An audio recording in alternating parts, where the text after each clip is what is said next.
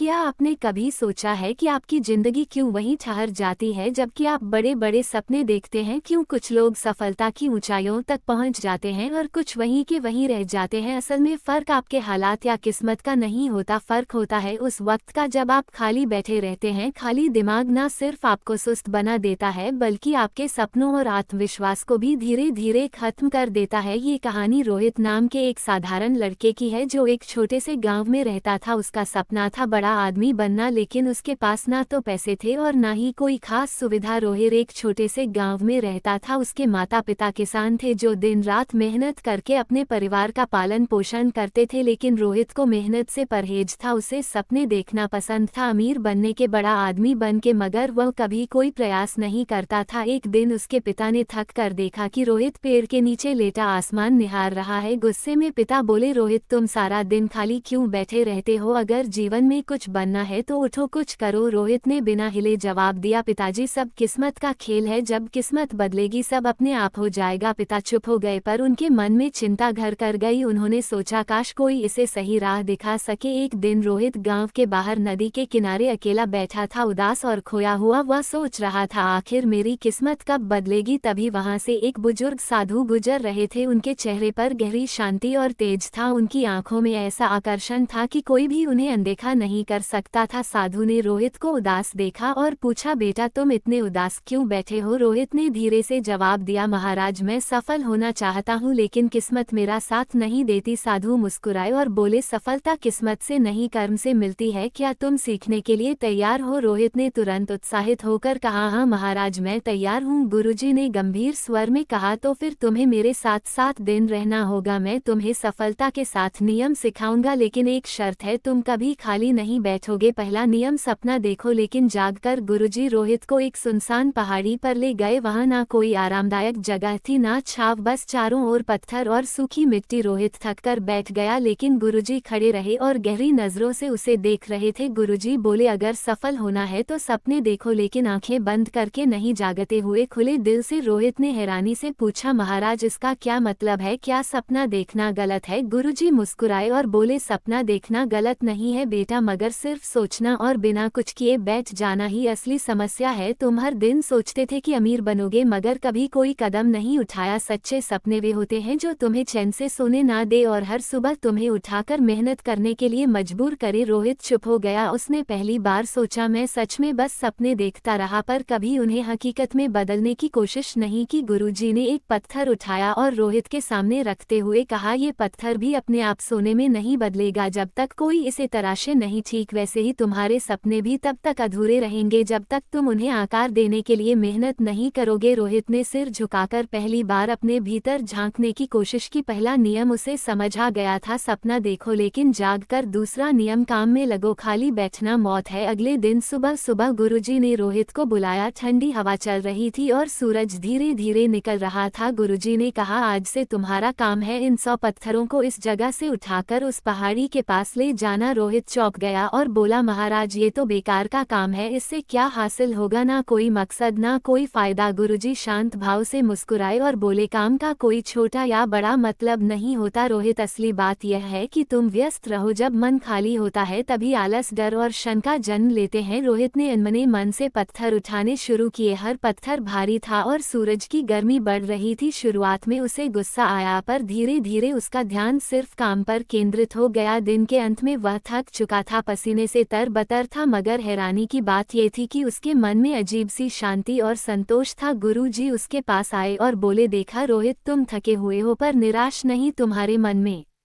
कोई उलझन नहीं है। जब तुम काम में लगे रहते हो तुम्हारे पास असफलता के बारे में सोचने का भी समय नहीं होता। रोहित चुपचाप सिर हिलाने लगा। अब उसे समझ आ गया था, काम में लगो, खाली बैठना मौत है। तीसरा नियम, धैर्य रखो, सफलता धीरे धीरे मिलती है। तीसरे दिन सुबह गुरुजी रोहित को खेत के पास ले गए और उसे बीजों का एक छोटा थैला देते हुए बोले, इन बीजों को इस जमीन पर बो दो और हर दिन इन्हें पानी देना। रोहित ने उत्साह से बीज बो दिए और उसी दिन शाम को जाकर देखने लगा कि कहीं कुछ अंकुर अंकुर तो नहीं निकला, लेकिन वहाँ कुछ भी नहीं था। अगले दिन भी उसने पानी दिया और फिर उम्मीद से जमीन को निहारता रहा, पर नतीजा वही। तीसरे दिन रोहित चिढ़ गया और गुरुजी से गुस्से में बोला, महाराज मैंने 2 दिन से मेहनत की है लेकिन कुछ भी नहीं होगा, ये सब बेकार है। गुरुजी मुस्कुराए और शांति से बोले, रोहित क्या बीज इतने जल्द अंकुरित हो सकते हैं? सफलता भी ऐसे ही होती है, बीज बोने के बाद तुरंत फल नहीं मिलता, पर जो धैर्य रखता है वही असली फल का स्वाद चखता है। रोहित ने सिर झुका लिया। उसने पहली बार महसूस किया कि वो हमेशा अपनी जिंदगी में जल्दी जल्दी सब कुछ पाना चाहता था, बिना सब्र किए। गुरुजी ने आखिरी में कहा, धैर्य सिर्फ इंतजार करने का नाम नहीं है, बल्कि सही दिशा में लगातार प्रयास करते रहना है बिना हताश हुए। चौथा नियम, सीखना कभी मत छोड़ो। चौथे